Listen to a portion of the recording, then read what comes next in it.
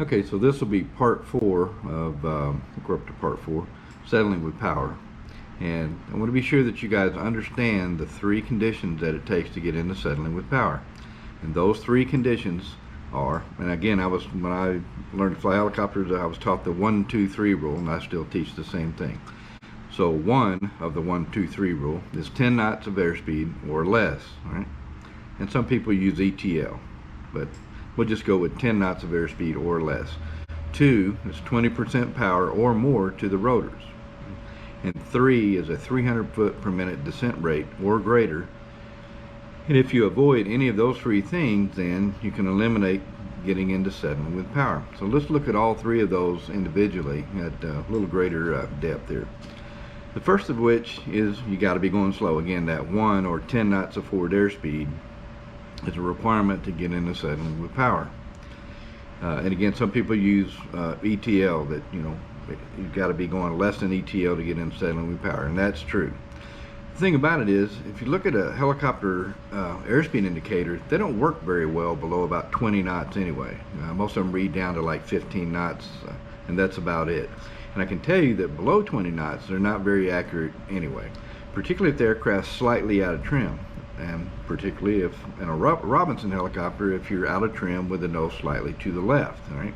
So next time you're up flying Robinson, if you want to convince yourself of that, just go about 40 knots or so, 50 knots, whatever, and then kick in some left pedal. Once you get the nose around about 10 or 15 degrees, your airspeed indicator is going to come up to 0. You're still going 40 knots. It's just reading 0 because the angle of the pitot is that the air is striking the pitot tube. So overall, most helicopter airspeed indicators just don't work all that accurately below 20 knots anyway, right? So there's some other things you can do to try to make sure that you're keeping an airspeed of greater than 10 knots, right? How about landing into the wind? If you know that you're landing into the wind, and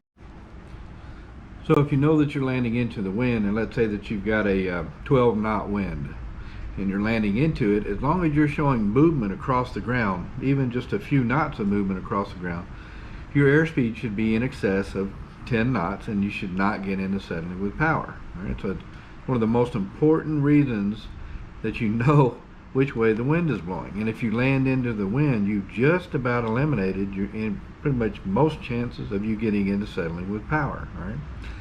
Got a rhetorical question for you. Is it easier to get into settling with power on a day when the wind is blowing 5 knots, or if the wind was blowing 25 knots? Which would be easier? You thought about that? Well, obviously it's going to be easier to get into settling with power if the wind's only blowing 5 knots, not 25 knots. If the wind's blowing 25 knots, you always know which way the wind's coming from. You can tell easily when you're in the aircraft in the air because you're getting pushed, so to speak, by that wind, and it's very easy to keep track of which direction the wind is coming from. So again, the days where the winds are light is where you got to really watch and make sure that you keep an eye on your closure rate and make sure that you're not getting too slow. Okay. All right, number 2, 20% power to the rotors. And 20% power to the rotors, all that means is that if we had less than 20% power going to the rotors, like say for instance an auto rotation, then we're really not going to get the possibility of getting settling with power is pretty much not there. And the reason that it's not is because there's no appreciable vortex created when you're in an auto rotation. Remember what happens in settling with power is we slow down, we start a descent, angle of attack increases lower, those vortices get great big, and that's what leads into settling with power. In an auto rotation, the size of the vortex produced on each rotor blade is quite small, and nothing that's ever going to cause you to get into settling with power. And number 3 is a greater than 300 foot per minute descent rate, and that's kind of a guideline. The descent rate that it takes to get into settling with power a lot of times has more to do with what's called disc loading. All right. So what disc loading is, if you took the total weight of the helicopter and divided it by the size of the rotor disc, then you'd have a certain amount of disc loading. All right. So if you took the same helicopter and it's lighter than say that we're in an R20 or R44, at 2,500 pounds max gross weight, then our disc loading is going to be higher than if we were only down at, say, 1,900 pounds or so. And the speed that it takes to get into the descent rate, rather, that it takes to get into settling with power, would actually be more significant the lighter that you are. So you could tolerate a bit more of a descent rate before you actually got into settling with power, the lighter that the aircraft is, or in general the smaller mounted disc loading. Say you go up in a Huey, say I'm flying the Huey and there's me and one other person in it.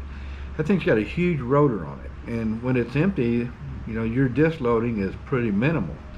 And it would probably take, instead of 300 foot per minute descent rate, it might take 5 or 6 or even 700 foot per minute descent rate to get into settling with power in a Huey that was basically pretty light on fuel and just 1 or 2 people in it. You load that same Huey up and pile 12 people in it and full of fuel, and it may get into settling with power at a much closer to 300 foot per minute descent rate than it would when it's light. So the descent rate is used basically just as a guide, right? But you still need to respect that 300 foot per minute descent rate, and we're going to talk about that further here in just a bit.